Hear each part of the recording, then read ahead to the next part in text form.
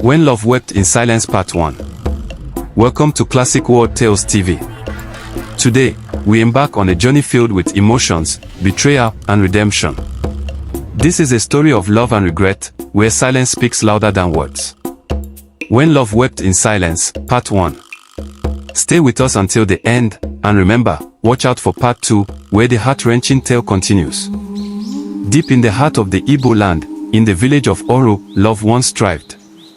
Chidi, a young man of 28, known for his good nature, strong arms, and quiet wisdom, lived with his childhood love, Amora. They grew up in a village filled with laughter and promise, but sometimes, even the brightest days fade. Amora, his love, always carried a smile that lit up the world around her. They had shared their lives from childhood, learning the ways of the land, the value of community, and the importance of family. Years passed, and their love only deepened. On a warm afternoon, beneath the shade of a giant mango tree in Amora's father's compound, Chidi took her hand and said, "I build our future together, Amora. I swear on this land that I will make you mine forever." The world seemed perfect. But life, as it often does, has a way of testing even the most genuine promises.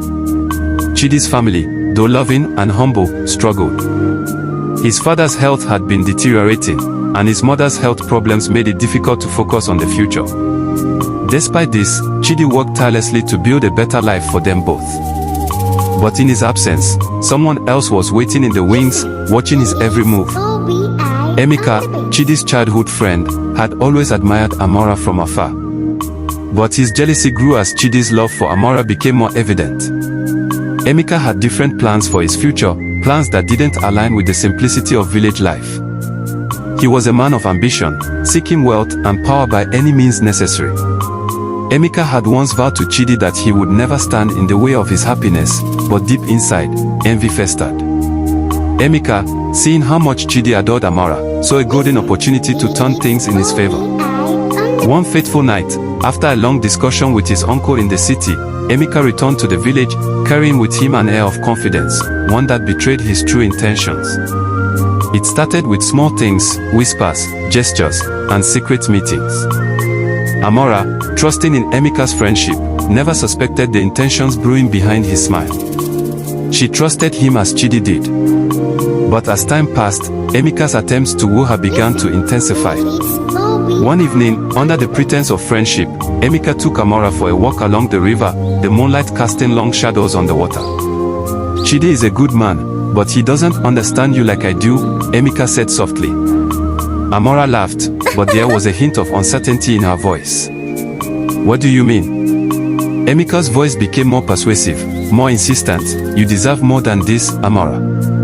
You deserve someone who can give you everything you've ever wanted. Chidi will never be able to offer you the life you deserve." Amora's heart wavered as she listened, but she didn't know that her decision would send them all spiraling down a path they would never return from. 2 weeks later, at a gathering in the village square, Emeka declared to the crowd that he and Amora were in love. Chidi, standing in the distance, heard the words that would forever haunt him. His heart sank, the weight of betrayal heavy in his chest. Amora stood beside Emeka, her eyes avoiding his gaze, her face pale. She had never intended for things to go this far, but in the end, it was too late. Chidi approached, his step slow, as if the earth beneath his feet had turned to dust. "Amora," he whispered, his voice breaking, "how could you?" The crowd fell silent. Tears welled in his eyes as he turned to Emeka, the man he had called his brother. "Why?" Chidi asked, his voice barely audible. Emeka's gaze was cold. "It was never meant to be," Emeka said, his tone detached. "You were too weak, too busy to notice what was right in front of you." Days turned into weeks, and the village grew quiet. Chidi's presence became scarce. He withdrew into himself, seeking solace in the fields, in the quiet solitude of the world around him. Amora, unable to face the man she had once loved, spent her days alone, praying for forgiveness. But Chidi's heart was too broken to forgive her, and Amora's shame was a constant reminder of the pain she had caused. Emeka, too, began to feel the weight of his actions. As the months passed, the promises he had made to Amora seemed empty.